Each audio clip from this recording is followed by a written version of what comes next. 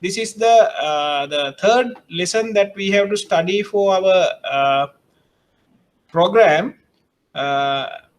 So for the time being, I will start this. Then after the break, I will continue with the previous lessons, continuation of the previous lesson. That's okay, no? Can you see everyone? Right.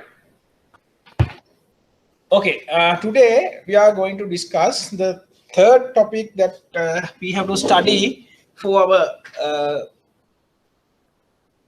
lesson, or rather the program, that is a banker customer relationship. I believe most of you are, or some of you are, the bankers, right? So can someone, a banker, tell me who is a banker, or what is a bank?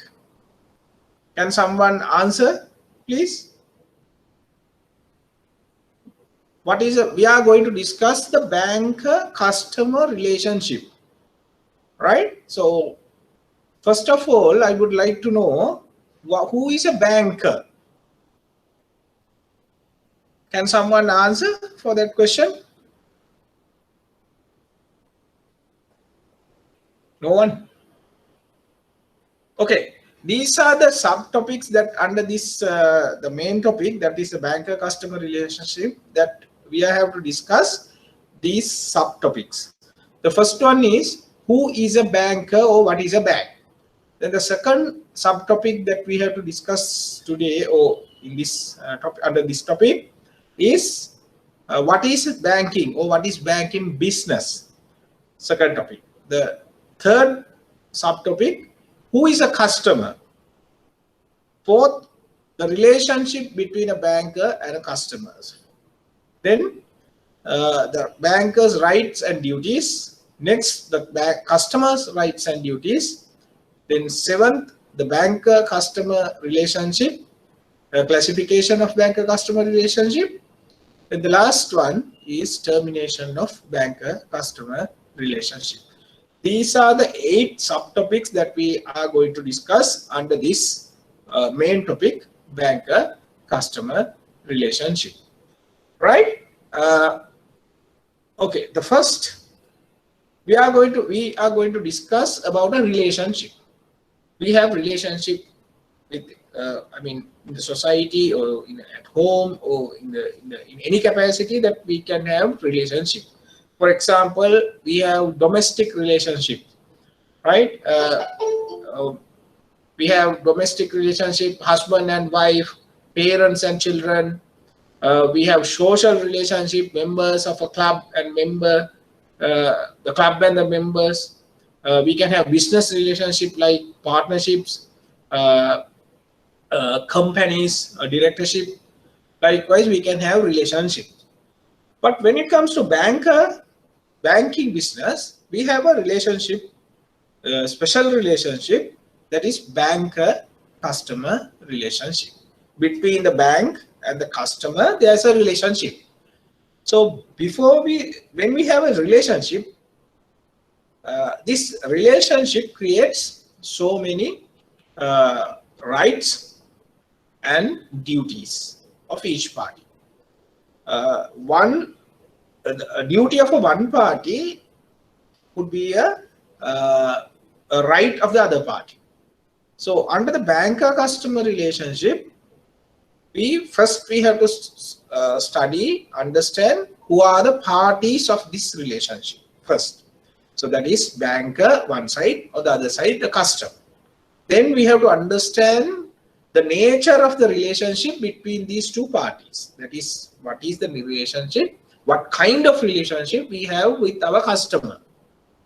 Then after we discuss, or after we study the relationship, the nature of the relationship, then next step is we have to study the duties of each party and rights of each party.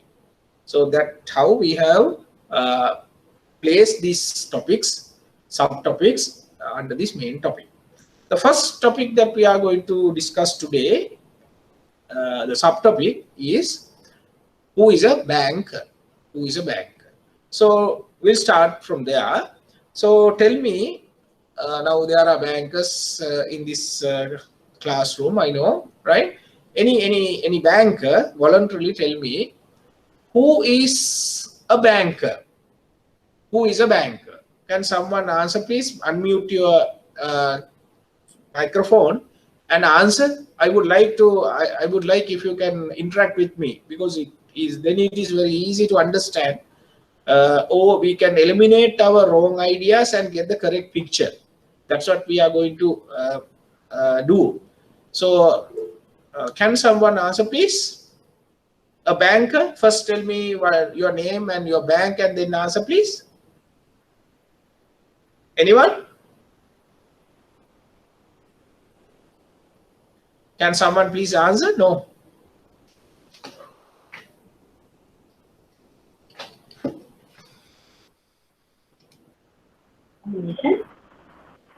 Yes. Yeah.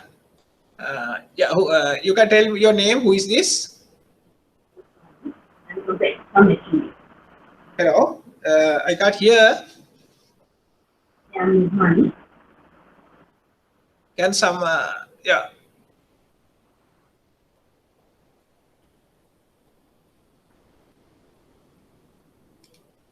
Can someone answer to my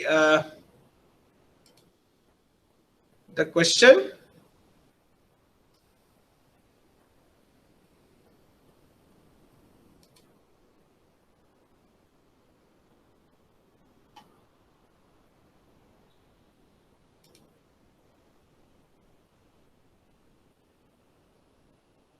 Ashika, can you answer?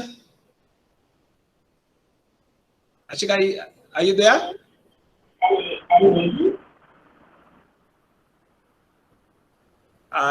Ashika, are you there?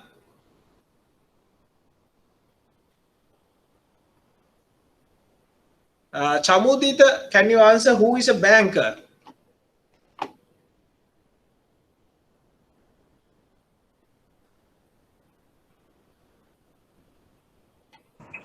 An agent. Okay, who is this? I'm Ashika. Ashika. Okay, Ashika. You said the banker is an agent. Agent of whom? It's like. Are you a banker? Yes, I'm a banker. Right. May I know where do you work? What bank? I work for HNB. HNB. Right. Ashika, now you say you are an agent, right? So, if you are an agent, who is your principal? Customer. Customer. Okay. So you are an agent of a customer. So that you say that your relationship between you and the customer is a principal and agent relationship. Is that correct? Yes. Right. Then who is a bank, or what is a bank? An institution. Right. Okay. It's an institution. So now this institution, a banker's institution, also institution. But we don't call this institution as a bank. Right? Are you agree with me? Yes. Right. Then what is the difference between this institution and a bank? We say HNB. It's licensed under central bank. It's a licensed commercial bank on the central bank. Okay, it's a licensed commercial bank. You have a license. License for what?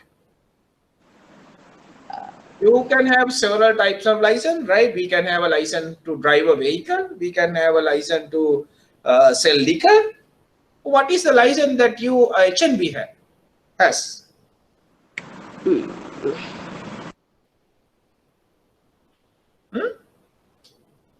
What kind of license do you have? For what purpose that you have been given a license?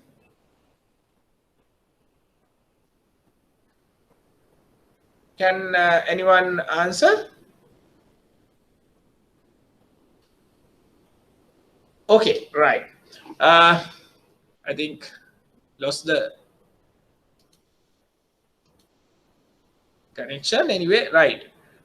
Who is a banker, right? Children, now when we comes to law, especially banking law, when we refer the word banker, the banker word refers to the bank, not to an individual who works in a bank.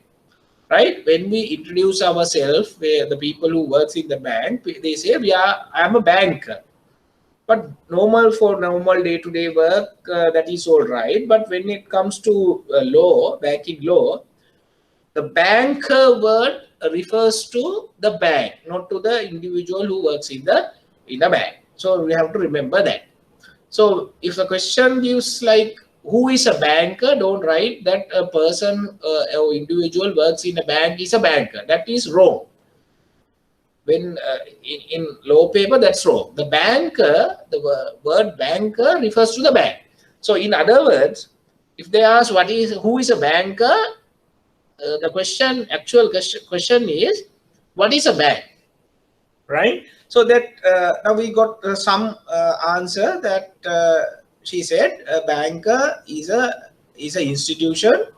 It's an institution licensed by central bank. So if I add further, that we can say it's licensed to carry out banking business. An institution licensed by the central bank to carry out banking business. We can consider as a bank today. So where does it say so? Where does it say so? Is it defined in somewhere? So that's what we are going to discuss, right? So first topic that we are going to discuss is who is a bank or what is a bank? Who is a banker or what is a bank? So we have to go into the history a little. We have to study the banking history a little bit, Sri Lankan banking history a little bit to understand who is a bank. So if we go beyond, right, the banking concept or banking business was not generated or created in Sri Lanka. It actually was imported to Sri Lanka by British people, right? With the plantation industry and the international trade developed, then thereafter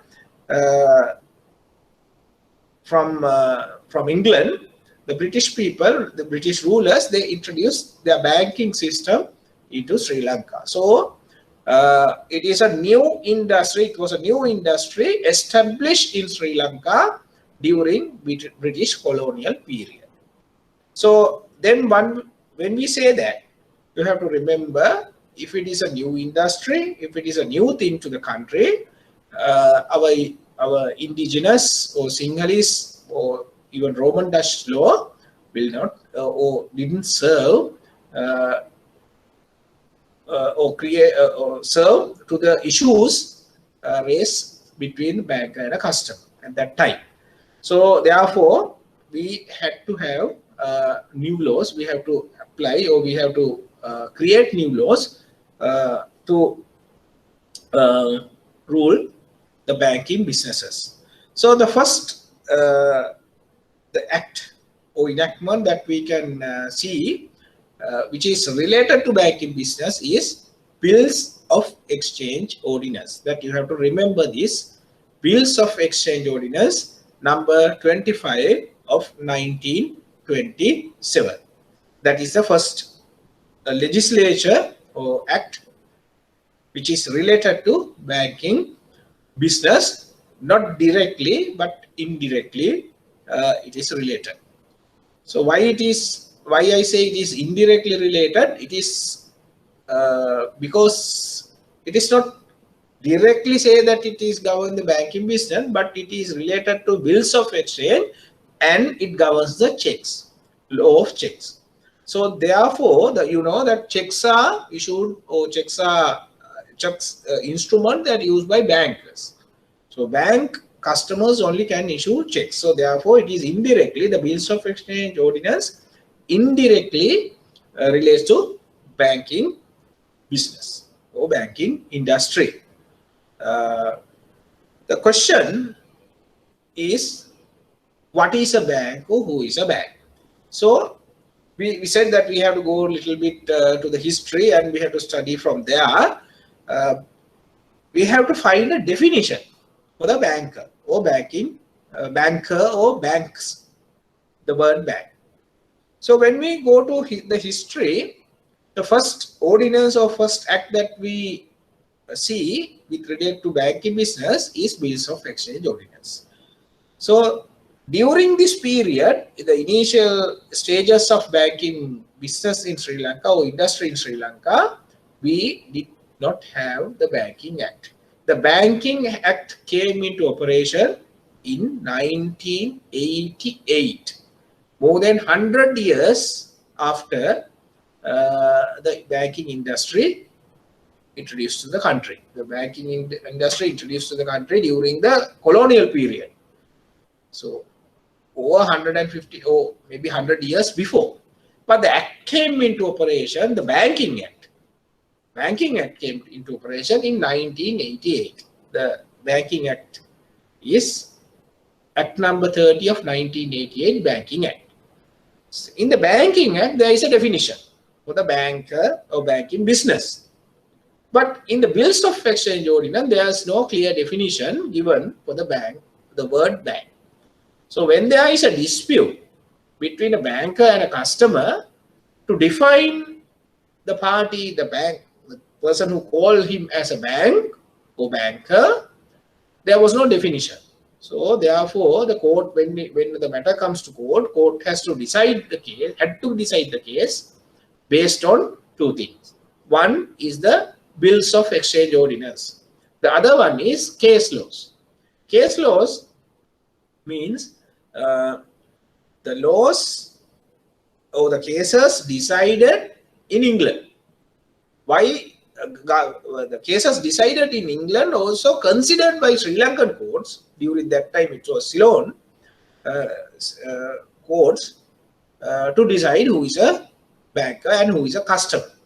Why it is English cases or British cases? Because the banking business was introduced to the country by British people. So therefore, so judges in Sri Lanka or Ceylon at that time, when there was an issue to consider or to define who is a banker, they looked at the cases decided in England and they saw or they considered who has been considered or who has been decided as a banker. So they applied that cases here also. So the most important case during this period, that is before 1988, before the Banking Act came into operation, is the Commissioner of Inland Revenue versus Chettinad. This case is known as Chettinad case, right? Very important that you have to remember this at least as a Chettinad case. Now I have a question. Is it important to understand who is a bank, or is it that important to decide who is a bank? Right? When it comes to a legal action, a legal issue with regard to banker-customer relationship, it is very important to decide this. Why? All the rights and duties under the banker-customer relationship based on the relationship, the banker-customer relationship. So therefore, first thing that we have to establish in courts, if we seek any relief under banker-customer relationship, that we have to prove in courts there was a relationship between these two parties and it was a banker-customer relationship, nothing else. So that we have to prove. Now, for example, the husband and wife can't go to courts and say that we have a banker-customer relationship. That's a different relationship. That's a matrimonial relationship between husband and wife. Likewise, here, the banker and the customer relationship is a totally different special relationship.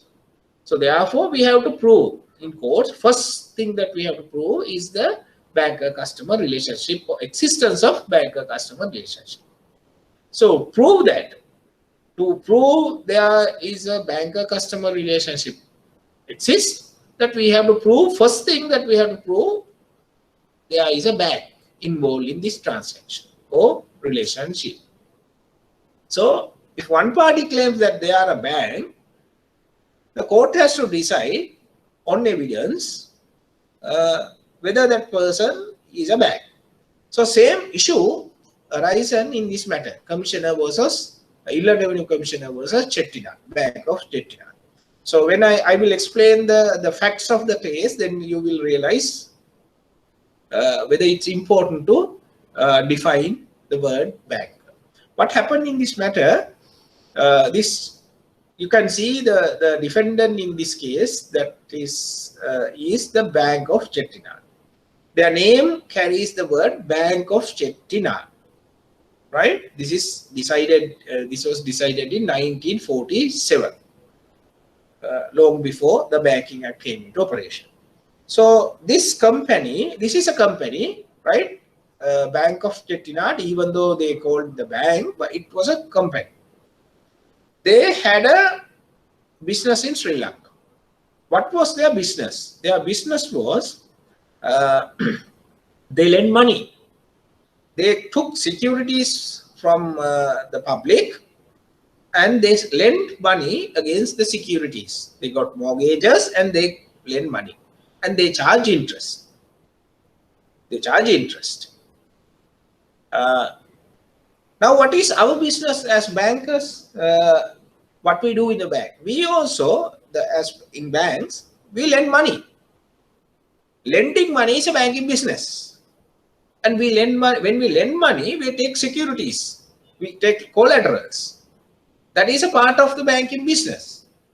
In that context, the Bank of Chettinad Limited, it's a company. That company also, they say that we are also carried out banking business.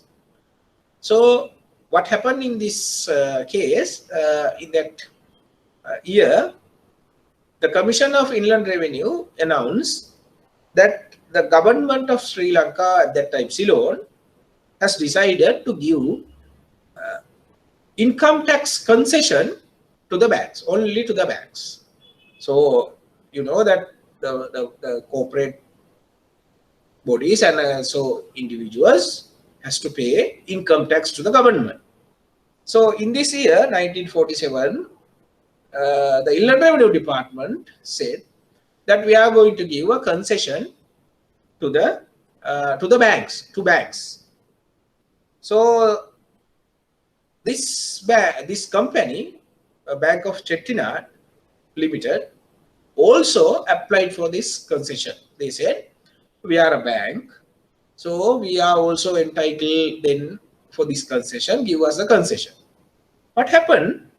The commissioner rejected their application and said, you are not a bank, you are just a finance company, so you cannot be considered as a bank, so therefore you are not entitled for the concession, income tax concession.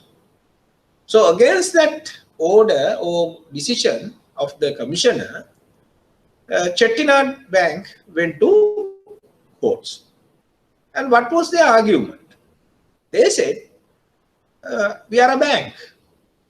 We are a bank and we applied for the concession given by the government, and the Inland Revenue Department or the Commissioner of Inland Revenue Department, without any valid reason, rejected our claim or application. So that was their argument. On the other hand, the Commissioner of Inland Revenue Department, on behalf of the Inland Revenue Department, their lawyers argued, this concession is only given to the banks. This so-called company, Chettinad Company, though their name carries the word bank, is not a bank. It's only a finance company. So the finance companies are not entitled for the concession. So therefore, that's why we have rejected the concession, the application of the company. Now there is a question before courts. What is the question? A simple question is, who is a bank? Who can be considered as a bank? Whether the Chettinad Bank can be considered as a bank. That is a simple issue that the court had to decide in this case. Now you see, when it comes to a legal battle or legal issue between a bank and another party, the first thing that we have to decide whether that so-called person is a bank, right? So during this time, remember 1947, there was no Banking Act. So therefore, the Banking Act, the provisions of the Banking Act was not applied there. So the court had to decide the case based on the Bills of Exchange Ordinance, and also they considered the cases decided in England. So English cases they considered to give their decision. So ultimately the court ruled the case and decided to consider a person as a bank. A person means a company or a legal body as a bank. Just lending money on security is not sufficient. It's not a unique feature of banking business. It's not unique to the banks. The other finance companies also lend money on security. So therefore, you can't distinguish a finance company from a bank based on lending money. So in other words, lending money is a common business, common to the banks and also to the finance company. So therefore, what was the decision of the court? Court said, if you say that you are a bank, right? If you say you are a bank, you should maintain current accounts for your customers. Current accounts for your customers. That was a decision of the courts. So that you can see, current accounts is a unique feature for the banks. No one else other than banks can maintain current accounts for their customers. So therefore, the claim of Chettinad, Bank of Chettinad Limited, the company, their claim was rejected, their case was dismissed, or rather it was decided against them because they had not maintained current account for their customers. Now, just see this judgment or decision of the court. Court said, if you are a bank, you should maintain current accounts for your customers. If you are maintaining current accounts only, we can consider or we can define you as a bank. Now, my question, I have a question now. Anyone, if you have questions, you can ask. If you have questions from this slide, what I explained to you, if you have a question, you can ask now. Sir, yes. Only First, tell me your name. I am Pulmali. Okay, right. Tell me your question. Only licensed commercial banks have a current account, sir. But Yes. licensed specified banks don't have a current account now. Then Very good. Very how good. can we identify that? Yeah, very good. That actually that is the question that I am going to ask from you, right? You asked before. So now when you see this decision, right? My question is whether you can agree with this decision. Can you agree with this decision? As you said, only licensed commercial banks carrying the current accounts for their customers today, right? What about the other banks, like special banks, right? They can't actually maintain, they are not licensed to maintain current accounts for their customers. So in that context, right, the decision of Chettinad Bank is not valid for today, right? So But you can't say that this judgment is wrong. Remember, this judgment is given in 1947, right?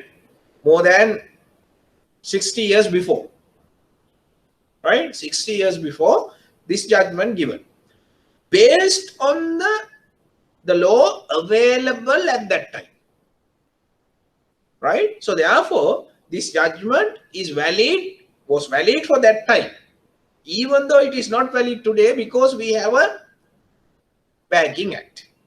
However, remember this judgment that you have to remember, the case that you have to remember, facts you have to remember, and you should be able to criticize or analyze this judgment with, you have to compare this judgment with the present situation,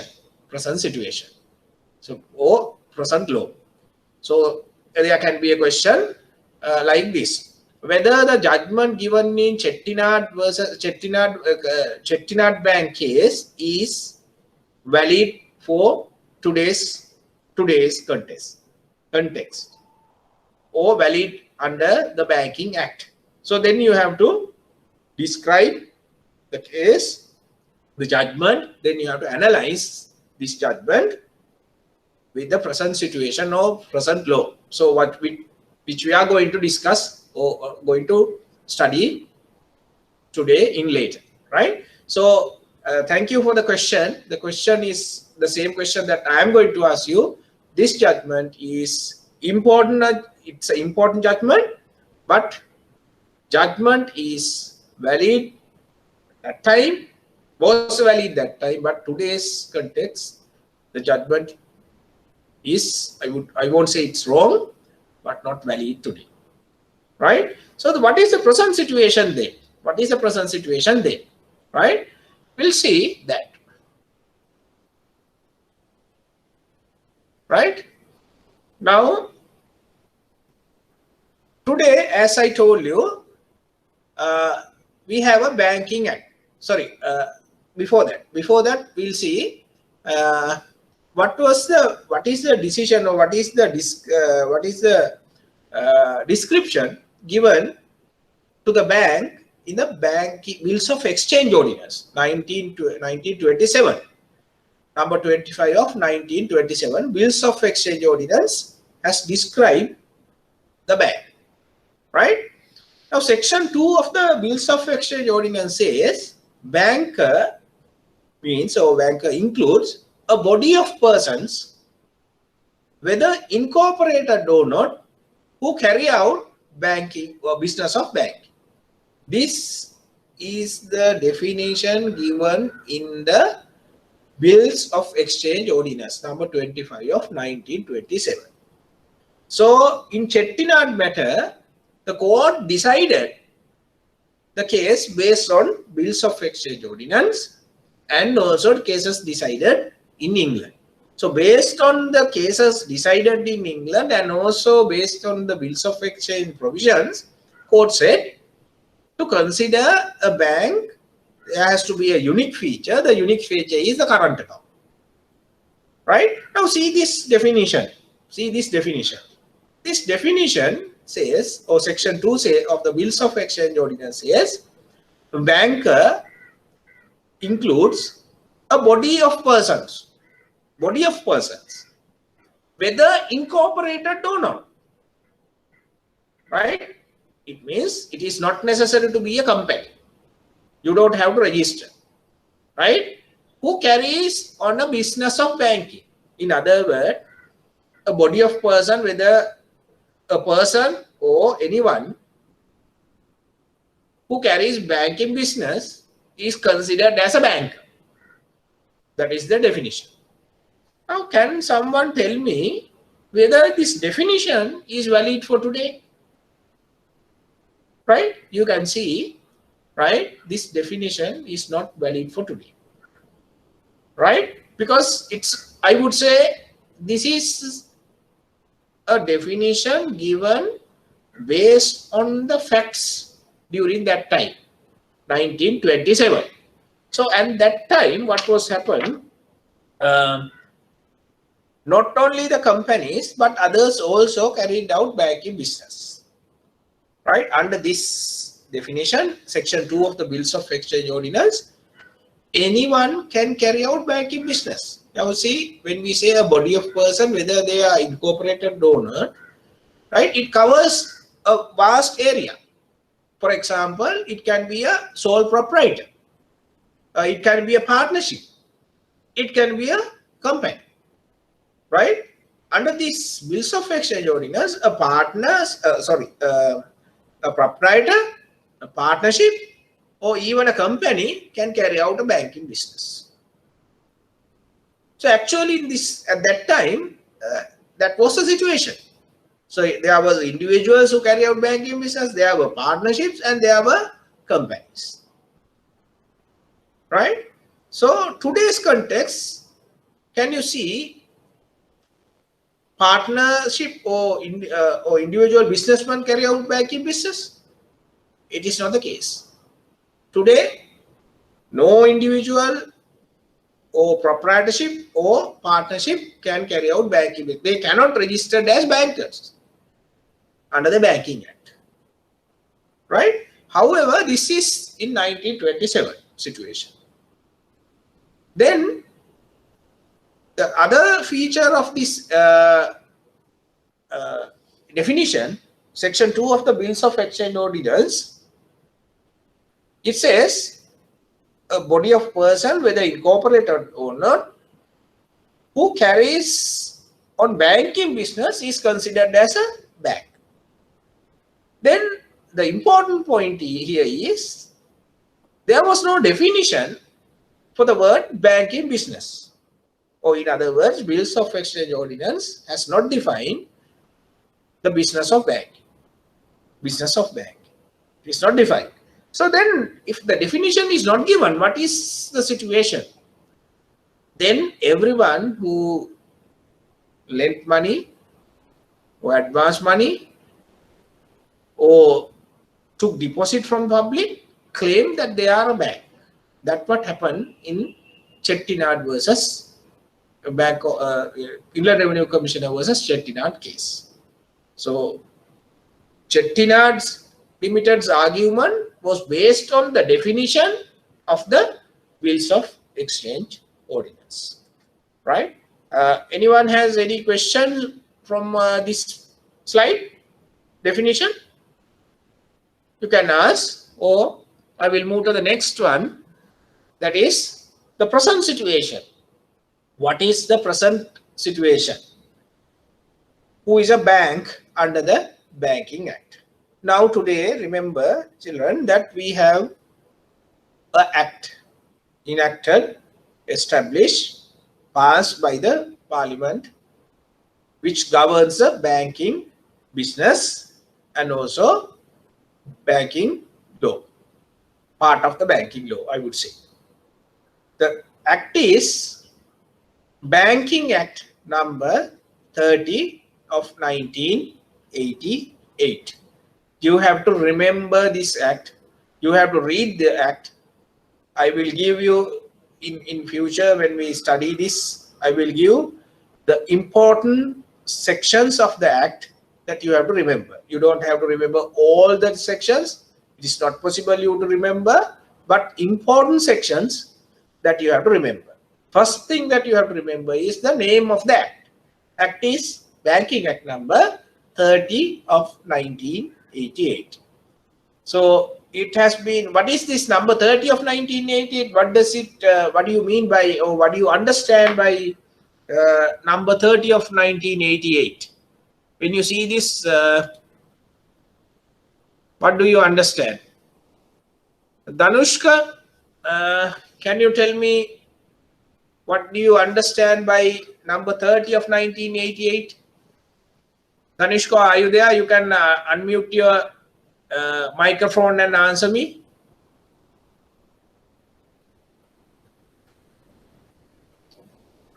Danushka is not there? Then Disna Marasinga, can you answer me? Or anyone, please? what do you understand by this? Number 30 of 1988.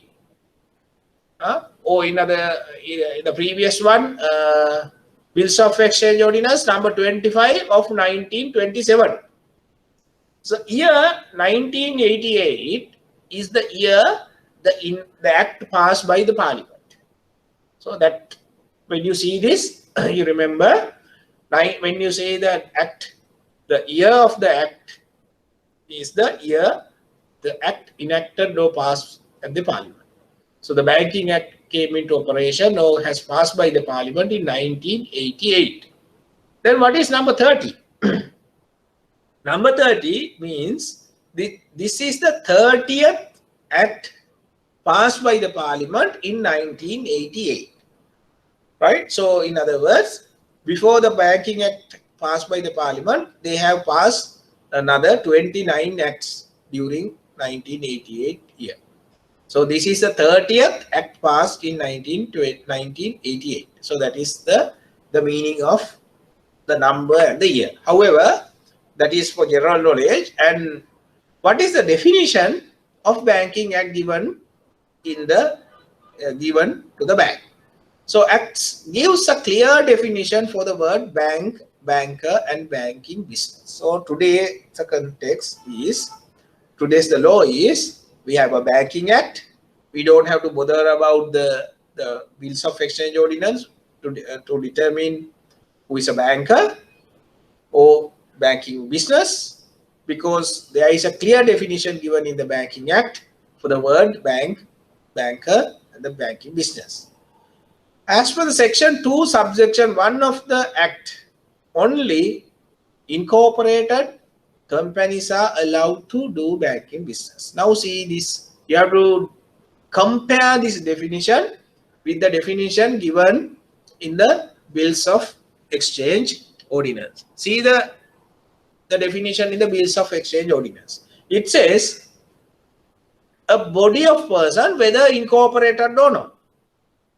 So totally different definition given in the Banking Act. It says, as per the section 2, subsection 1, only incorporated companies are allowed to do banking business. Today the law is no one else can register or get the license to carry out banking business. Only the companies can do banking business. So therefore, the first condition is to become a bank. It has to register, that institution has to register as a company under the Companies Act. That is the first thing that you have to remember, right? So first you have to register a company, first step. Then the second point says, license to be obtained to carry out banking business. You have to register a company, and afterwards you have to obtain a license to carry out banking business, right? To become a bank. So can someone tell me from where do you have to obtain the license to carry out banking business? This is an exam question, right? Can someone tell me? From Central Bank? Yeah, may I know your... I'm Ashika. Huh? I'm Ashika. Are you a banker? Yes. What is your bank? Hiroshika, right? Ashika. Ashika from HNB. Yes. Okay. Ashika, you said Central Bank. Now, Ashika, when we say Central Bank, it has it's an institution, right? It's an institution.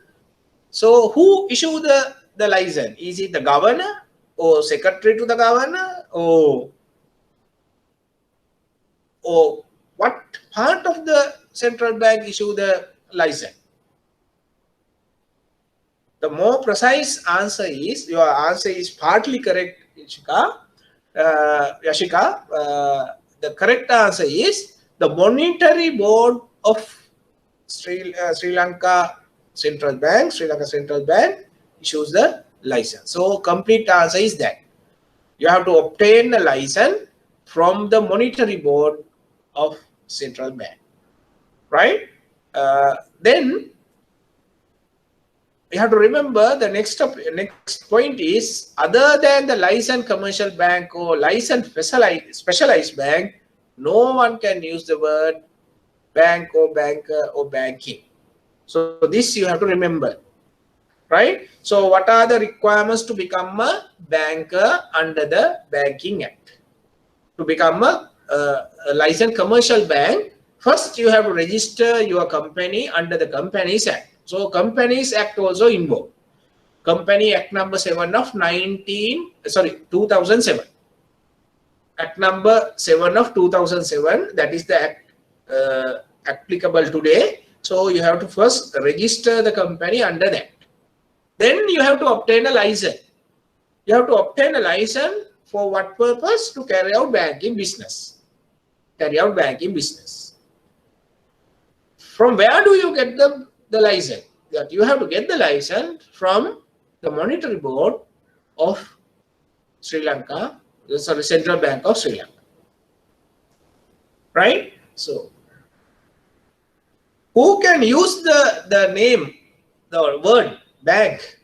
Only licensed banks and commercial bank can use the word bank in their name.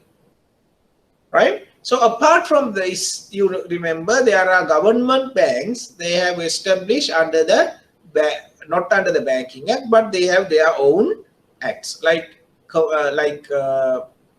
Bank of Ceylon. They have an act called Bank of Ceylon Act, and NSB, they have their own act, and also People's Bank, they have their own act.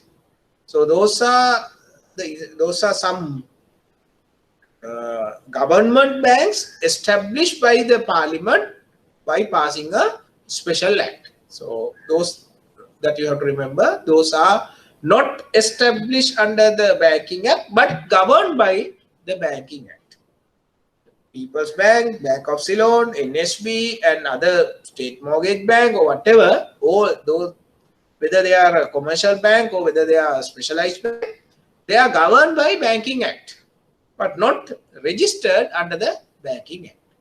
So there are two types of banks in the country. Then we have to remember, one type is that the banks registered and licensed under the Banking Act. The other banks are the state banks. Those are the banks established by a separate special act.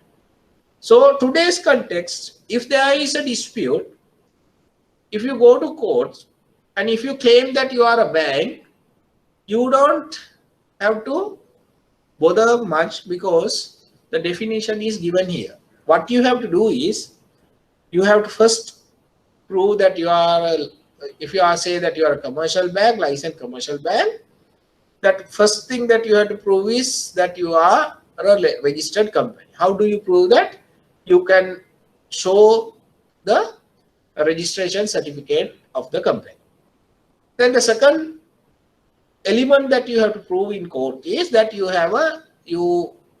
obtain or you possess a license to carry out banking business. So what then you have to do is you show the license to the bank, to the courts. So if you can produce these two documents, you don't have to bring another evidence. That itself prove that you are a bank. Easy, right? Not like Chettinad case, right? So that is the situation today, today's context. If you have any questions up to now, that you can ask. If you have any doubt, if you need me to clarify or explain further, that I am ready, that you can ask now. Or otherwise, I will go to the next slide. Do you have any questions? Okay, then I'll go to the next topic. That is, what is banking business? What is banking business? Now see the definition given in the Banking Act. Banking Act says, that you have to obtain a license to carry out banking business. You have to obtain a license to carry out banking business. Now go to the definition of this bills of exchange ordinance. Right? It says anybody, any person who carry out banking business. The banking business is not defined in the bills of exchange ordinance. Then the bills of banking act says that you have to obtain a license to carry out banking business. Right? The question is whether the banking business is defined in Banking Act. It is defined. It is defined. So you can see the definition given in the Banking Act for the banking business.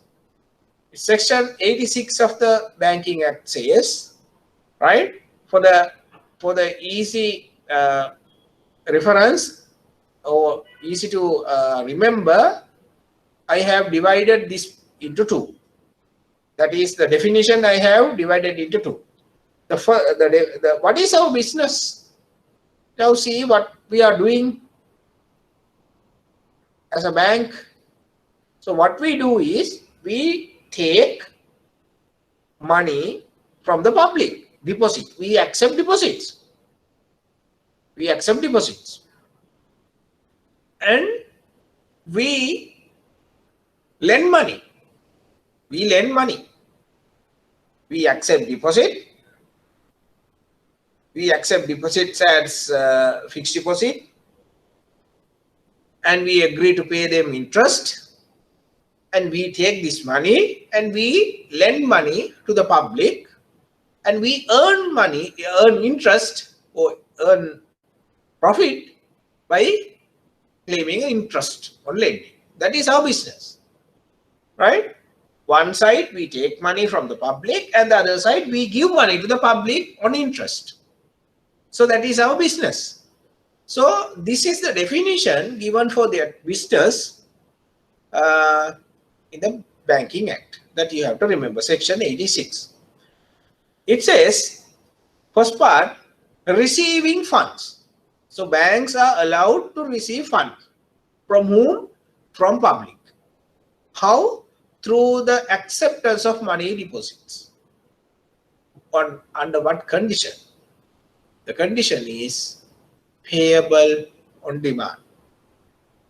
Payable on demand. So the first part is the banks can receive funds from public through the acceptance of money deposits subject to a condition. The condition is payable on demand.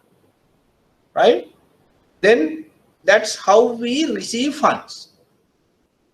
Then how we generate income. That is the second part.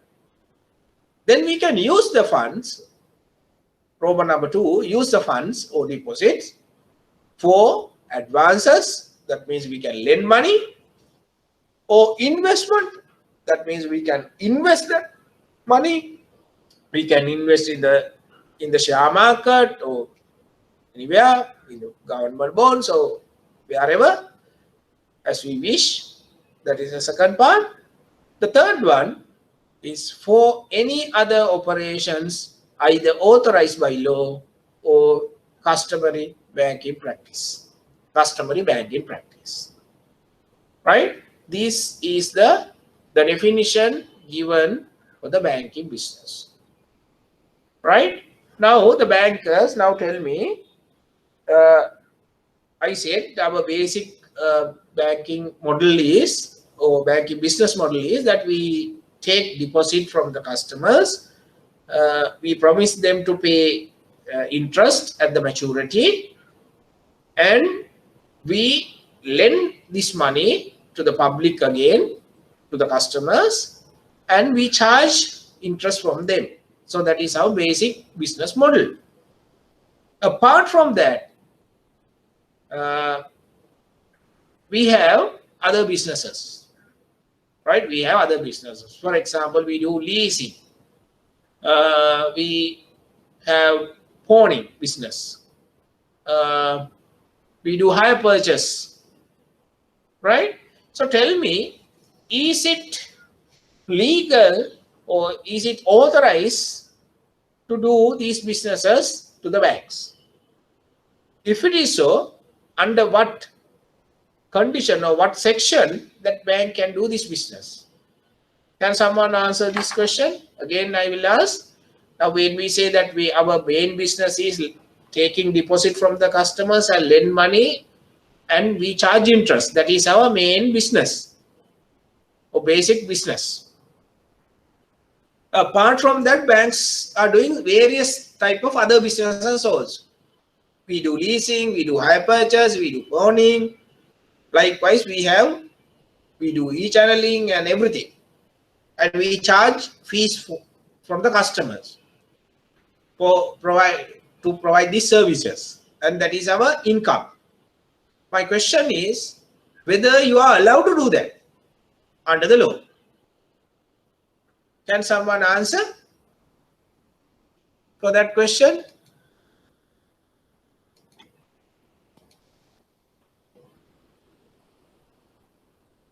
Can someone answer? Dulanji Vikramasinghe, can you answer for that question? No one is answering except one person. Can Dulanji answer for my question?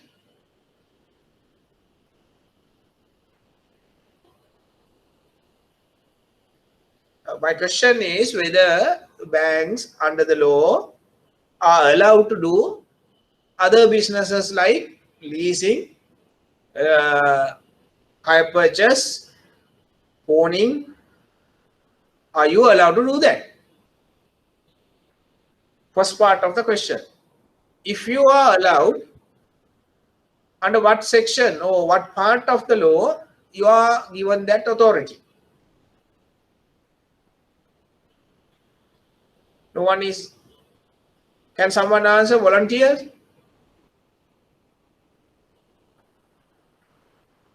Okay, no one is answering. Okay, so then I will answer the question. The answer is this. Now see this definition, the last part of the definition, right? Second part, in fact, right?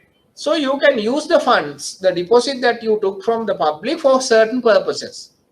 One is for lend, advances. You can lend the money. You can give loans to customers. You can give loans to the public. So that is allowed as per section 86. And the second, next one, for advance, for investment. So you can invest that money in the share market and the government bills, right? Bonds. So you can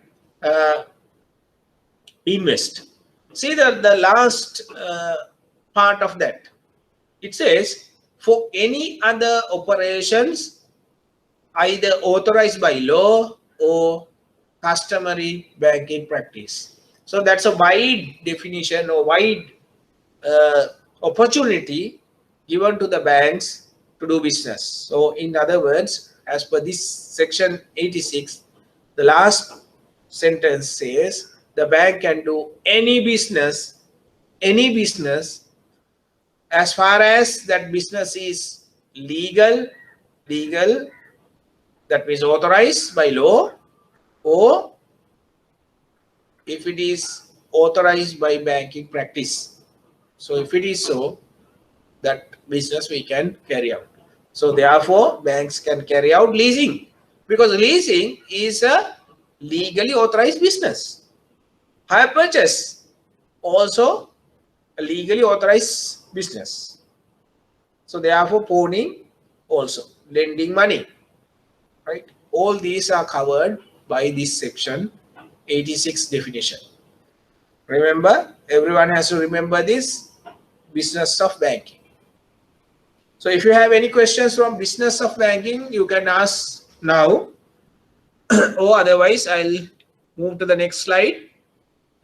Now we have decided who is a bank, right? We are discussing about the bank-customer relationship.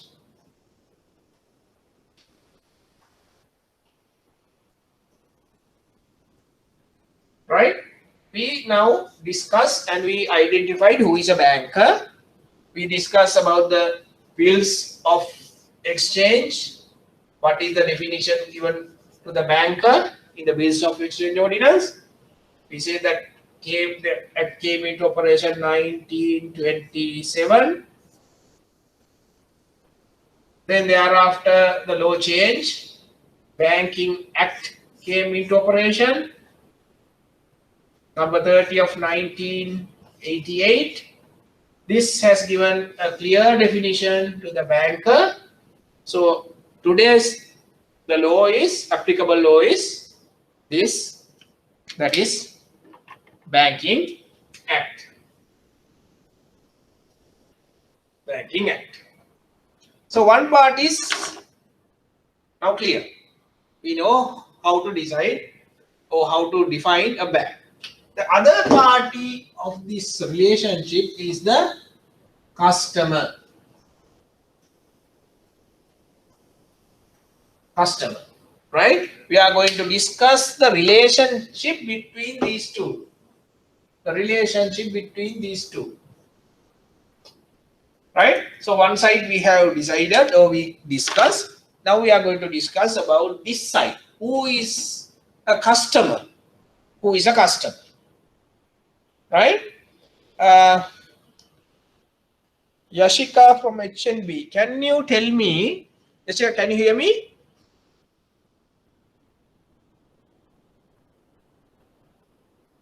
Is Yashika there from HNB?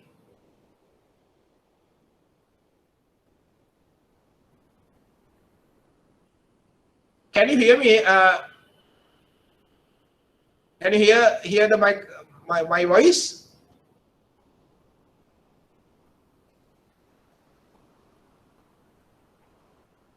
Can Yashika respond to me from HNB? Yes, I can hear you. Right, Yashika. Since others are not you're communicating with me, I will ask from you. I think it's okay. Since you are working in a bank, Yashika, you are Yashika, right? I'm Ashika. Ashika, sorry, Ashika. Ashika, can you tell me whom you are consider as a customer? Who is your customer? Who you consider as a customer?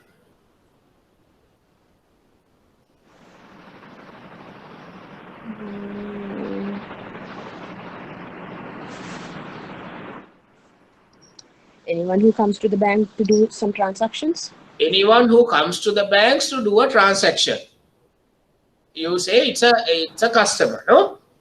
Right. Okay, we'll say, Yashika, I want to obtain a loan from your bank. Okay? I want to obtain a loan. But I don't have an account with your bank. Right? With the intention of get a loan from your bank, I visit your bank. Do you consider me as a customer? Yes. You consider me as a customer. So do you say that the HNB, between HNB and me, there is a banker-customer relationship? There is no relationship, but if the customer is willing to have a relationship with us, yes. Now, now Ashika, you say that I am a customer because I have an intention to get a service from the bank and visit to the bank, but I don't have a banker-customer relationship with HNB. That's what you said, right?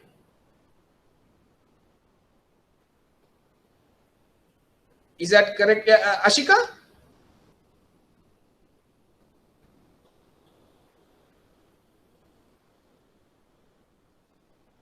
Is Ashika there? Okay. So we we say now, Ashika said now anyone who wants a service from a bank, and if that person visit to the bank, with the intention of getting the service of the bank, that bank consider him as a customer. But she said, there's no banker-customer relationship. Though I am recognized as a customer, there's no banker-customer relationship between me and the bank. So if there's no relationship between the bank, if there's no banker-customer relationship, what is the relationship that I have with HNB? In fact, I don't have any relationship. I don't have a relationship because I have not obtained any service yet. I just have an intention. So with that intention to obtain a facility or get a service from the bank, I just visited the premises. This is very important that students, that you have to remember, a customer of the bank and a customer of a shop is not the same. Right? Relationship between the banker and the customer and the relationship between the customer of a shop and the customer are two different relationships. It's not the same. Right? First of all, or rather the second thing, that in the banker-customer relationship, you have to correctly identify the customer. You have to correctly identify the customer. Now, Ashika, what Ashika said is correct. In day-to-day, when we work in the bank, when day-to-day that we call anyone who visits to the bank, we call them as a customer. We call them as a customer. That's how we have used to do.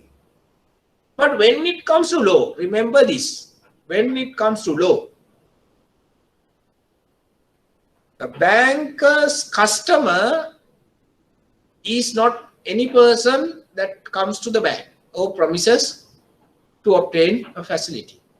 Then the question is, at what point, at what situation, at what point that a person can become a customer of a bank? Right? We take the example, same example that I gave you previously, that I have the intention, or I have the willingness to obtain a loan. I want to obtain a loan from the bank. So with that intention, that I come to the bank. I come to the bank. So in general terms, general day-to-day business, you call anyone who comes to the premises as a customer. As a customer. Right? So in that context, when I enter into the premises, you call me as a customer, or you consider me as a customer. But as Ashika said correctly, we don't have a contractual, or rather banker-customer relationship yet, because I have not obtained any facility, and even I have not applied for the facility yet. I just have that in my mind, the idea. The question is, we say now I come and I sit in front of the teller and I inform the teller that I want to obtain a loan from the bank, and then I ask information, request information. What is your interest rate? What is the maximum tenor, that amount that you can grant me? What is the tenor that you can grant me? Is it 5 years? Can I go up to 10 years? Likewise, we communicate, exchange or request information. Still, I have not obtained any facility. So therefore, can I consider as a customer of the bank? Right? That is the second step. We say, we will go to the next step. Now, I am satisfied with the information provided by the teller. Right? The interest rate is low. I can go up to 15 years. So therefore, my installment is very low. So therefore, I am satisfied. So then I decide to apply for a loan. apply for a loan. So then I ask for a loan application, and you provide me a loan application. I fill it, I sign it, and I hand over the application to you, the teller. And the teller says that, sir, that we have to now send this to the head office, and the head office credit committee will evaluate your application. So after a couple of weeks that we will be able to give you an answer. For a couple of days, we say. Now the application is with you. So my question is, can you call me now as a customer? Still, I have not obtained any facility. Right? So what point I become a customer of the bank is a question now. Right? Remember, this is very important. The point that I became a customer is very important, because once I become a customer of the bank, banker-customer relationship starts. Once the banker-customer relationship starts, remember, under the banker-customer relationship, each party, that is bank and also the customer, have rights and duties. Rights and duties. Right? If you have a right, that you can demand. If you have a duty, you have to perform the duty, otherwise it's a breach. If it is breach, remember, we already studied, under the contract law, you can go to courts and sue the other party. So therefore, it is very important, crucial, to understand the point. A person can become a customer of the bank. That's very important. So now the second stage that I said, or third stage that I said, I handed over the application to you. Now it is in the bank. Question is whether now, at this point, can you consider, or can the law consider, or can the court consider me as a customer of the bank? Right? That's the third stage. We'll go to the next stage. Say now the bank has, the credit committee has evaluated my application and decided to grant a loan. My loan is approved and it is communicated to me. Now I come to the bank and you ask me to bring 2 guarantors also. Now I come and sign the loan agreement. And 2 guarantors also sign the guarantee bond. And I hand over the loan agreement and also 2 guarantee bonds to you. Now we have agreement, written agreement. Can you consider me as a customer of the bank now? The next question. Right? We say, after signing the guarantee bond and the loan agreement, next day I come and say, I decided not to obtain the loan. So therefore, please disregard my application or agreement. Disregard. I don't want the loan. So that means I didn't obtain, even though I signed the loan agreement, I didn't obtain the loan. So therefore, I am then not a customer. You see, then the signing of loan agreement will not a crucial point to decide whether I became a customer of the bank. So that is then out. Right? Then at what point a person can become a customer? That is the issue now. That is the issue that we are going to address now. Who is the customer? At what point he become a customer? Right? At what point the banker-customer relationship start? That is the point that we are going to discuss. Now, firstly, like the previous one, right? When we discuss about the banker, also we'll discuss now about the customer. Customer, what is the definition given in the Bills of Exchange Ordinance for the customer? For the customer. Section 82 and Section 83 of the Bills of Exchange Ordinance. We have to remember this. Section 83 and Section 82. 82 and 83 of the sections says the word customer is mentioned. Only mentioned. Word is there, but no definition is given. In the Bills of Exchange Ordinance, no definition is given. No definition is given. Right? Then we go to the next act, the present act, that is Banking Act. Banking Act. So what is the definition given in the Banking Act for the customer? What is the definition? For the bank, we have a definition. Right? There is a definition here and there is a definition here. The most correct definition is here. Oh, that is the definition. Now we practice. The difference here is when it comes to the customer, Bills of Exchange does not provide a definition. That is out. Only word is mentioned. Then what about the Banking Act?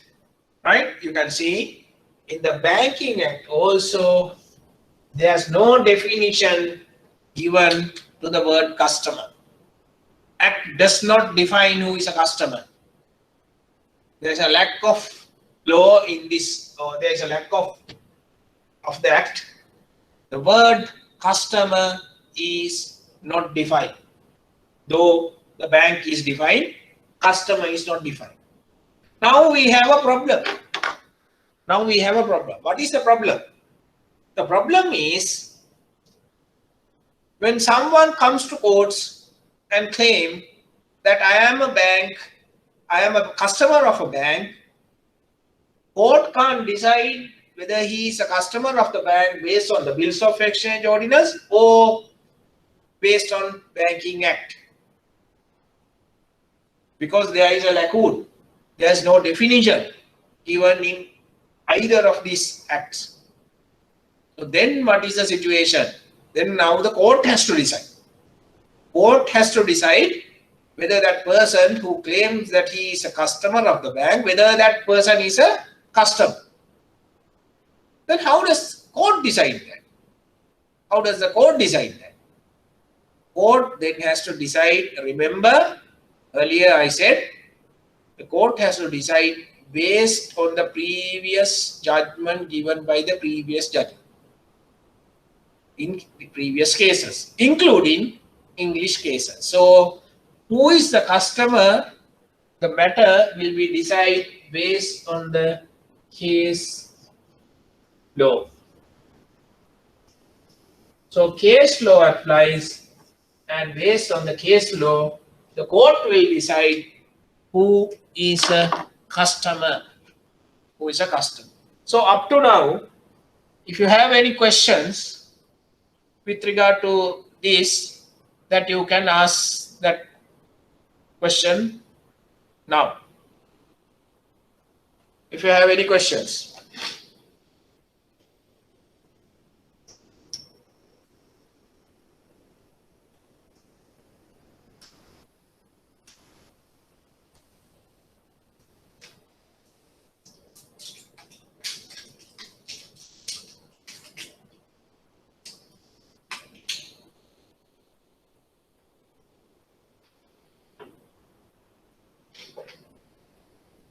Okay, if you don't have questions, then I will go to the next slide, right?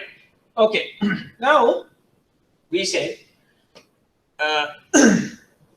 there's no definition given in the Banking Act also, or even not in the Bills of Exchange Ordinance to the customer.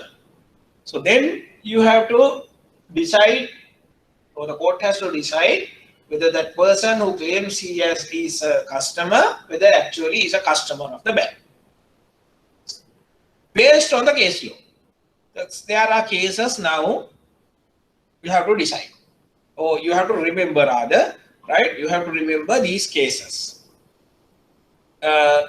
First case that you have to remember is Great Western Railway versus London and County Banking Company Limited, right? Great Western Railway versus London and County Banking Company Limited. You can remember, it's sufficient to remember this case as a Great Western Railway case. What was the decision of the court? Right? The court said customer is a person who holds any type of account with the bank. Customer means a person who holds any type of account. Any type of account. That means unless you have opened an account with the bank, you are not a customer. Right? As per the law, unless you had opened an account, you open an account, you are not a customer. Now, for example, we get the same example that we discussed. I apply for a loan, right? I submit my application, bank decide to grant me a loan, right? Still I am not a customer. Then I signed an agreement, loan agreement, still I am not a customer. Then bank grant a loan. To grant the loan, I have to open an account with the bank. So I go to the bank and I open an account. Once I open the account, I become a customer of the bank. Then the banker-customer relationship start from that point. After I become the customer, the money will be credited to my account, disbursed to my account.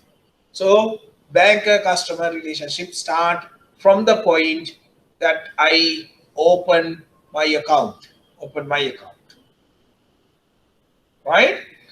That's the first case that you have to remember. Second case,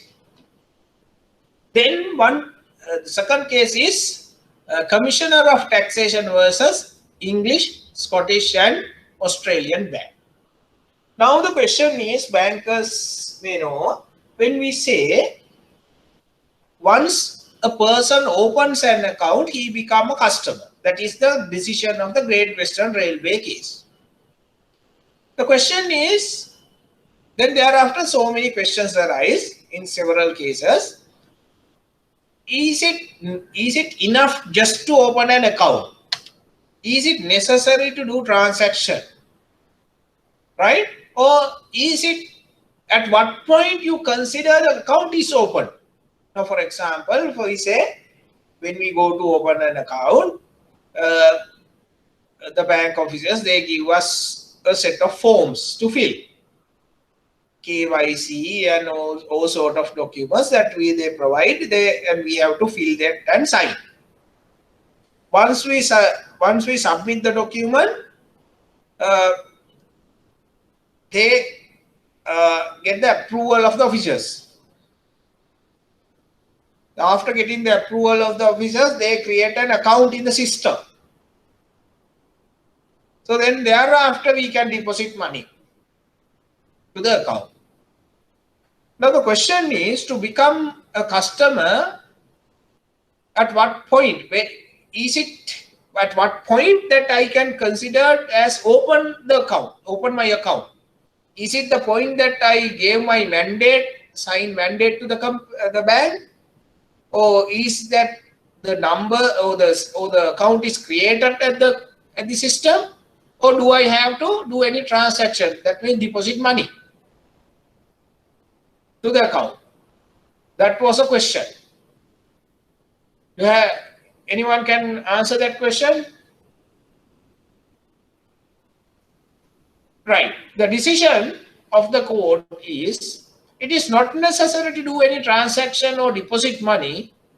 Just open an account is sufficient to become a customer. Once I open the account, at that point onwards, I am a customer of the bank. So the decision of the Commissioner of Taxation versus English, Scottish and Australian Bank, the decision is immediately after opening the account, I become a customer, the account holder becomes a customer of the bank. Whether the account is operated or not is immaterial. So whether I have deposit money, whether I have taken money, how long I have operated the money, immaterial. Immediately after I open the account, I become the customer of the bank. When I say that I become a customer immediately after the opening the account, at what point? There is a account opening procedure in the bank. At what point the account considered open?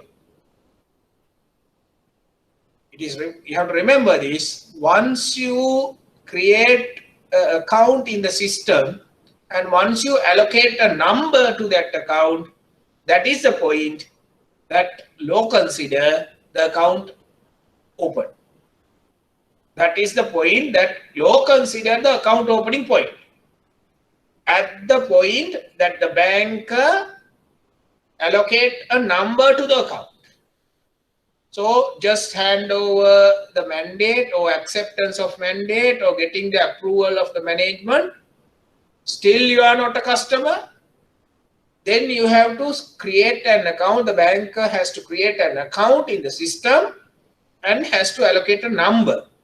Once it is allocated, when the number is allocated, account considered open. So that means I become a customer from that point.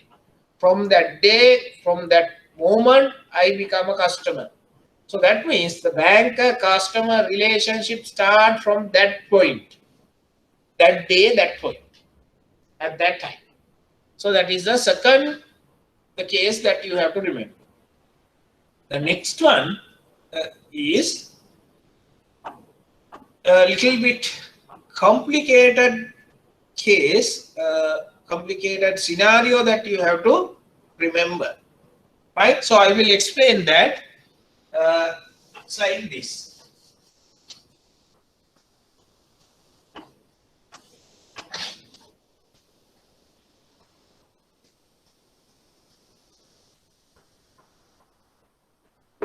Right? We say there is a person A. He is dealing with a bank. But he does not have an account. He is dealing with a bank. We say in 2000, year 2000, he is dealing with the bank, but he does not have an account. No account, but he is dealing with a bank. So you can deal with the bank without an account, right? You can deal with the bank without an account. Dealing means that you can provide service. You can get fees from the bank or service charges from the bank without an account. For example, we say, as a lawyer, I have an account with a bank. This is Sampath Bank, right? But I provide my services to other banks also. Like we say, I provide a service to HNB. I do their cases, right? I do their cases. So I provide a service. And for the service, they pay me my fees, legal fees. So my account is with Sampath Bank. So I have a banker-customer relationship with Sampath Bank only. I provide my service to HNB, right? And they pay me for that. So that relationship is different. Between HNB and myself, there is a lawyer and client's relationship. From the other hand, with the Sampath Bank, since I am maintaining an account with them, I have a banker-customer relationship, right? So two different relationships. Now, I deal with this bank, this HNB, from year 2000. But I don't have an account. So therefore, no banker-customer relationship, right? Then in 2005, I opened an account with HNB or the bank, right? Remember the case now, previous case. At the moment, once I open the account, I become a customer of the bank. So the banker customer relationship starts immediately after I open the account. That is the previous case. That is Commissioner of Taxation case. The decision is, once I open the account, I become a customer. 2005, I opened the account, so banker-customer relationship starts. Now this case, right?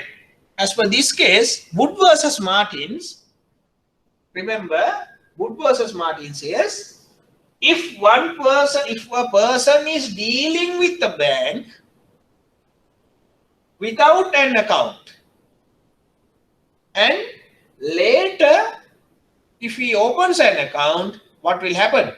The banker-customer relationship start from the date first he dealt with the bank, not from the date that he opened the account, but from the date he dealt with the bank.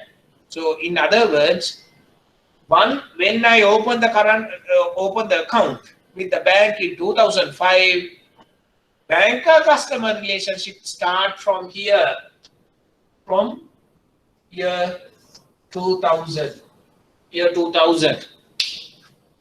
right? So that is the decision of Wood versus Martin. So therefore, the bankers that you have to remember, and you have to be very careful, right?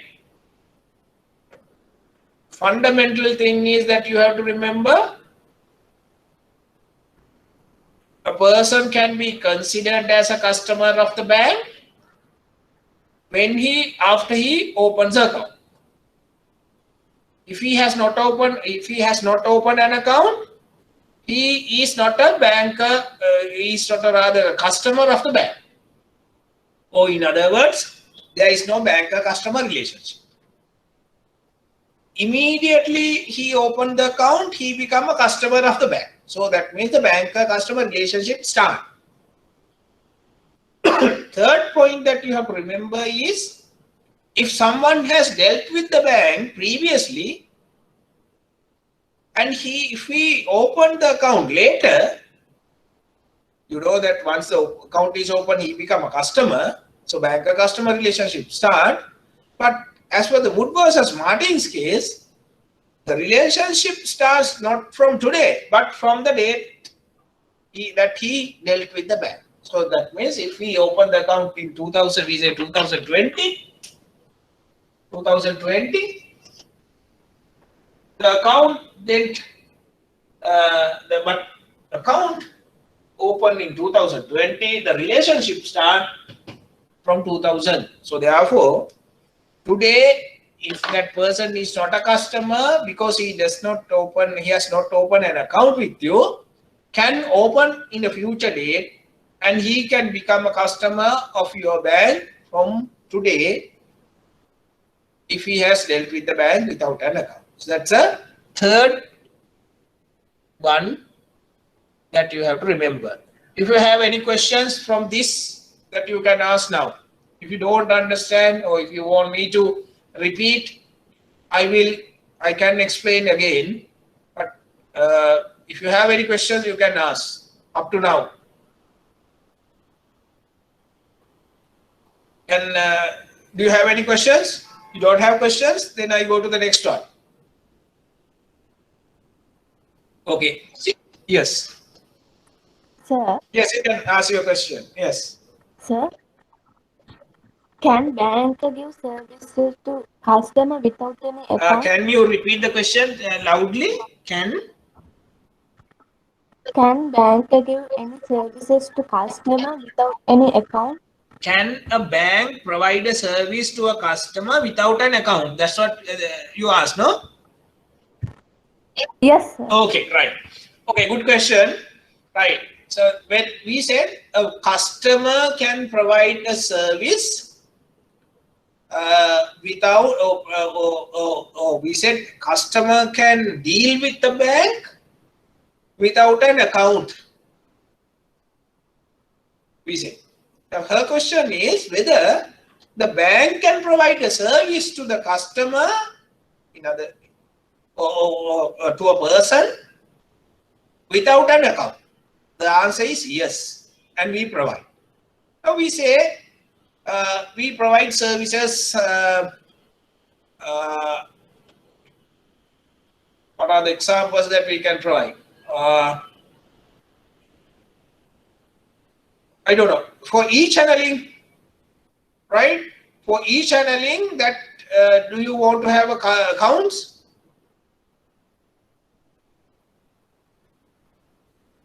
Practically, I don't know whether your business model allow to do that without an account, whether you provide a service to a customer, because always the bank says that we provide these services for our customers.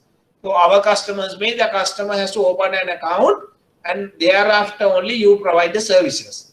But under the law, it is not necessary to provide, to have an account to provide a service. You as a bank can provide the service to the customer, so-called customer, though we call him a customer, is not a customer. You can provide a service to any person, and you can charge fees or charges from that person. So it is not necessary to have an account to provide a service. But as a practice or as a business decision, most of the time when we ask for service, bank asks us to open an account, or you offer services only to your customers. Legally, not necessary, but business wise, that's how it is. Well, are you clear with the answer? Yes, sir. Thank you. Right. Okay. So any other questions? Any other questions? Okay, then we'll go to the next one. The next fourth one that you have to remember, one bank can be a customer of another bank, right? That is a decision given in the Lloyd Bank versus Chartered Banks of India and China. One bank can be a customer of another bank. Why it is important? It is important that we are going to discuss about the banker-customer relationship. One side, the bank, and the relationship with the customer. Right? Relationship with the banker and customer. Right? Now we discuss in this relationship there are two parties, party 1 and party 2. So this side we discuss it has to be a bank. Bank we define what is a bank, right? And the other side, the customer, right? Customer, when we say customer, we have an idea. We have idea. To become a customer, it has to be either a natural person, a man or a woman, or it has to be a business like partnership or proprietorship or company. Right? So it is not the case every time. Right? One bank in this side also can be a bank. So for example, we take a real example. We say this is Sampath Bank.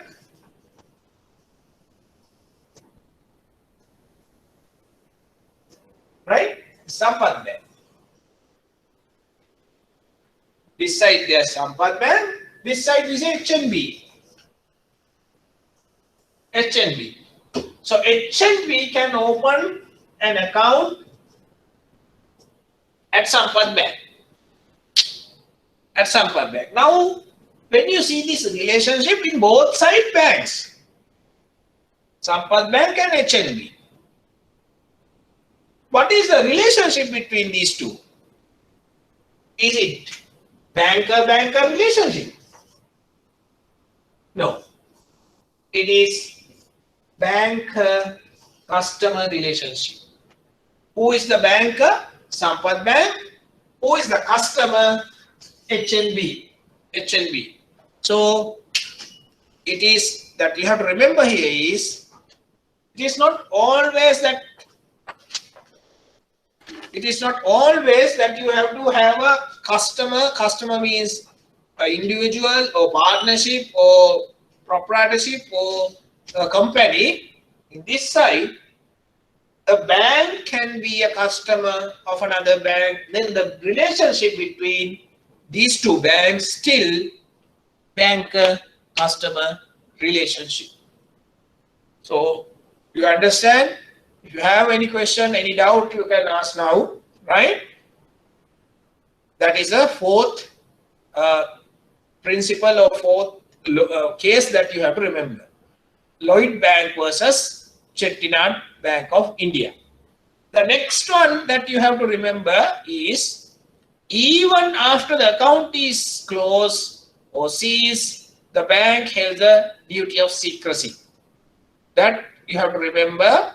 Banker-customer relationship start at the point that the customer opened the account with the bank. The banker-customer relationship comes to end when the account is closed. Account is closed. But what you have to remember here is, even after the banker-customer relationship is over, by closing the account, the duty of secrecy is exists. What is duty of secrecy? We are going to discuss in a later part of our lesson. That another important topic that you have to study. But for the time being, that you have to remember that even though the banker-customer relationship is over, the duty of secrecy extends further. So in other words, the duty of secrecy will never end. Even the account is closed, it will prevail. Then the next one that you have to remember, even the account is overdrawn, the account holder continues to be a customer. That is another point that you have to remember. That we say, when a person opens an account with the bank, he becomes a customer of the bank. Right? We say now he obtained a loan and we credited his loan proceeds to his account. Right? Now we have a banker-customer relationship. He has to pay monthly installment. Each month he has to pay an installment. However, he paid first month, second month, and third month onward, he has defaulted. He has defaulted. Now he is a default customer. He is a default customer. What you have to remember here is, even though he is defaulted, he is a customer. He is a customer. In other words, the banker-customer relationship prevails, exists. Right? That's why we call him default customer. We don't call him defaulter. We call him default customer. Because the banker-customer relationship still prevails. If the banker-customer relationship is there, you remember the bank and also the customer have duties and responsibilities. Duty of secrecy is one of the important duty cast upon the bank.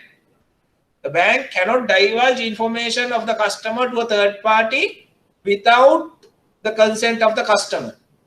So default customer also customer. So therefore, you can't divulge that information.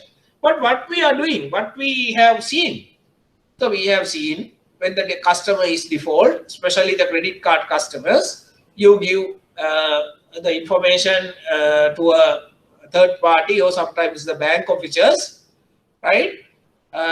Or collection agencies, right? the staff, they comes and they visit customer. If a customer is not at home, what do you do? I have seen this, we have experienced this. They go to the next door, the neighbor of the customer, and they inform, you know, this the guy who live next to you has obtained a credit card from us and has spent money and has defaulted, and he is not paying our money, our credits, loans to the bank. What is that?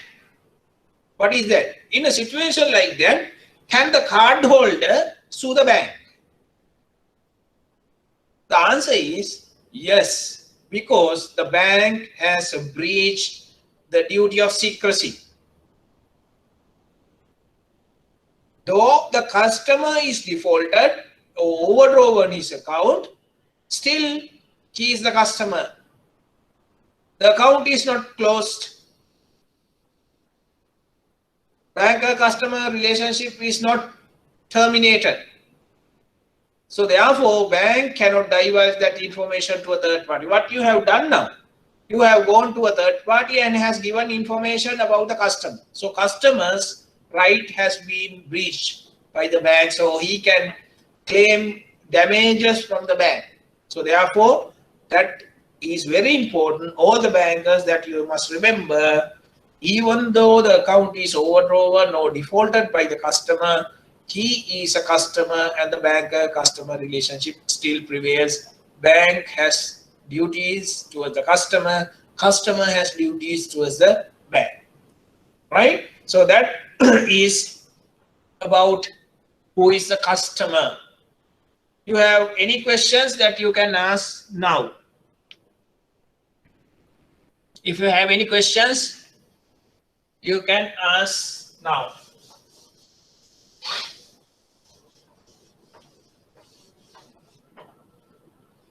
Okay? Right. So if you don't have questions, then I will go to the next part of the lesson, that is the relationship. Now we discuss who is the bank, and we discuss who is the customer, right? We said banker that we can define by the bills of exchange ordinals and the Banking Act. In these two, the definitions are there. The most recent and most accurate definition is in the Banking Act. The customer, there is no definition in the bills of exchange ordinance, no definition given in the Banking Act. So therefore, we have to study case laws, right? Case laws. And we said we have to study 1, 2, 3, 4 cases, right? So these cases that you have to remember. So that is about the customer. We know who is the banker, we know who is the customer. Now, next one we are going to discuss is what is the relationship between the banker and customer. What type of relationship that we have with the customer? We have, now take two individuals, right? Or two individuals. We can have a lot of type of relationship. A man and a woman, right, can have a marriage relationship, matrimonial relationship, marriage contract, right? A man and another man can have a business relationship. A man and a woman can have a business relationship, right? A man and another man can have a contractual relationship. For example, buying and selling contract, if they sign into it, or can have an employment relationship, right? If I work in an organization, I sign an agreement with that company or the institution, right? So what is that contract? That is a, what kind of relationship is that? That is an employer-employee relationship. Then what is the relationship between the banker and the customer? What type of relationship do we have? Is it a business relationship? Is it a matrimonial relationship? Is a matrimonial, or is it a social relationship? Or what is the relationship between the banker and the customer? So the answer is this: the relationship between the banker and customer, that you have to remember, it is a contract. It's a contract.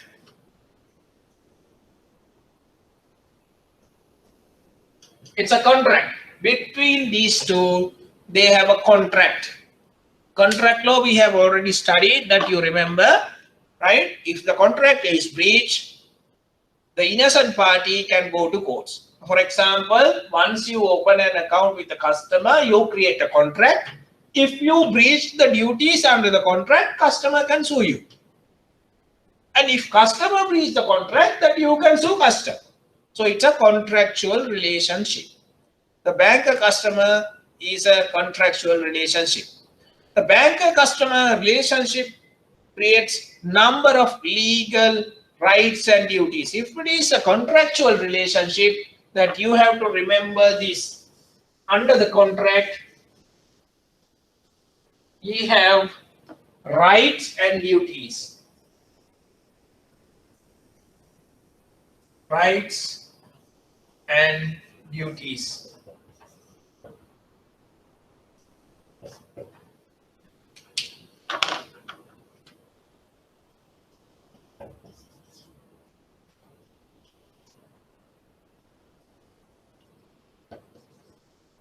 If it is a contract,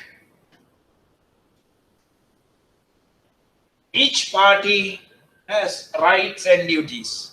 Rights and duties. Right of the bank are the duties of the customer. Customer has to perform duties. That is a right of the bank. Bank can demand from the customer. For example, if you grant a loan to the customer, customer has a duty to repay the loan by monthly installment or by quarterly or whatever. Customer has, if he has agreed to pay, that is his duty. If he doesn't pay, bank can demand this from the customer. One party's right is a duty of the other party. And same here. If customer has a right, then the bank has a duty. Bank has a duty. If bank fail to perform the duty, customer can demand it. For example, we say customer has deposit money in the bank, fixed deposit, and the bank has promised to pay 10% per annum interest on the fixed deposit. Now, if bank doesn't pay the interest, customer can demand it.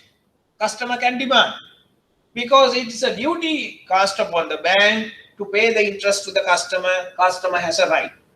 So the banker-customer relationship is a contractual relationship, and it creates rights and duties on each party. So one party's right is a duty of the other party. So therefore, if it is breach, it is a breach of contract, then the innocent party can sue the other party and get the remedies from the courts. So most important thing is, the bankers may think now, where is the contract that we signed? Have we signed a contract? If it is so, what are the terms that we have agreed? As you know, when we open an account in a bank, we sign account opening documents. In there, they have a set of terms and conditions. We call them general business terms, or account terms, right?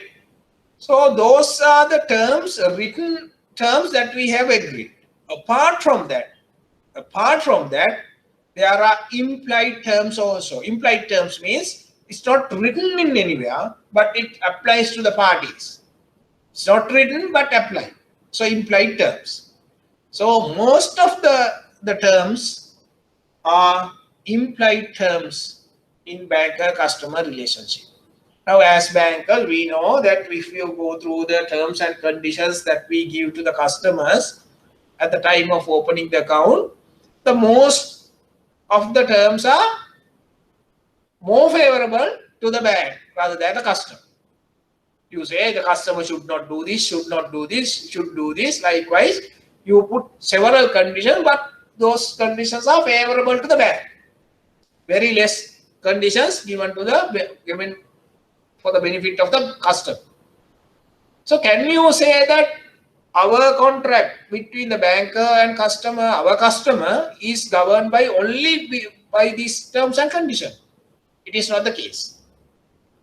Those terms and conditions applies, that written terms and conditions. Apart from that, under the banker-customer relationship, under the banking law, there are terms and conditions applicable to the customer impliedly.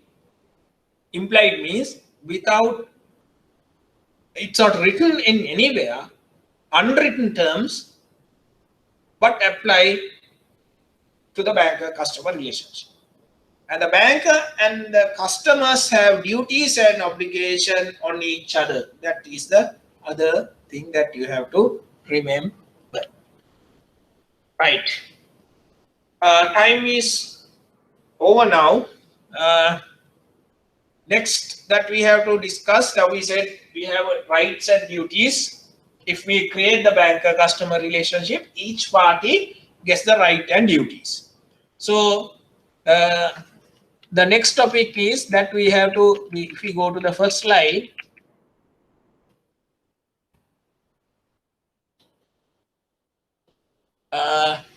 we discuss about who is the banker, that we discuss, who is the customer, or what is the banking business, that is also we covered today, and who is the customer, that we discussed and we covered, and fourth one, the relationship between the banker and the customer, that is the last one we discussed today.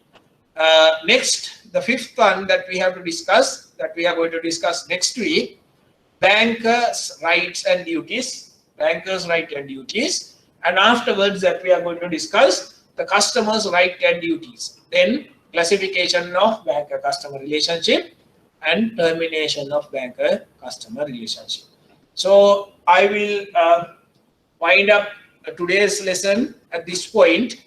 Next day, we are going to start from the banker's right and duties. If you have any questions from this topic, now you can ask. If you have any questions, you can ask the questions now. Do you have any questions?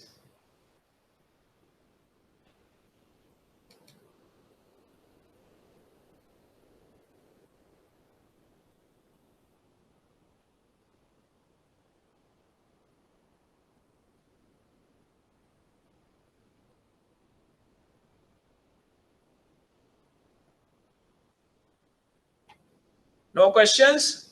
Everything clear? Right. Okay. In that case, I will wind up the lesson today. Thank you very much for participation. And if you have any questions, you can note down and ask next day. Right. And this today's presentation, the institution will give to you, send it to you. Right. Thank you very much.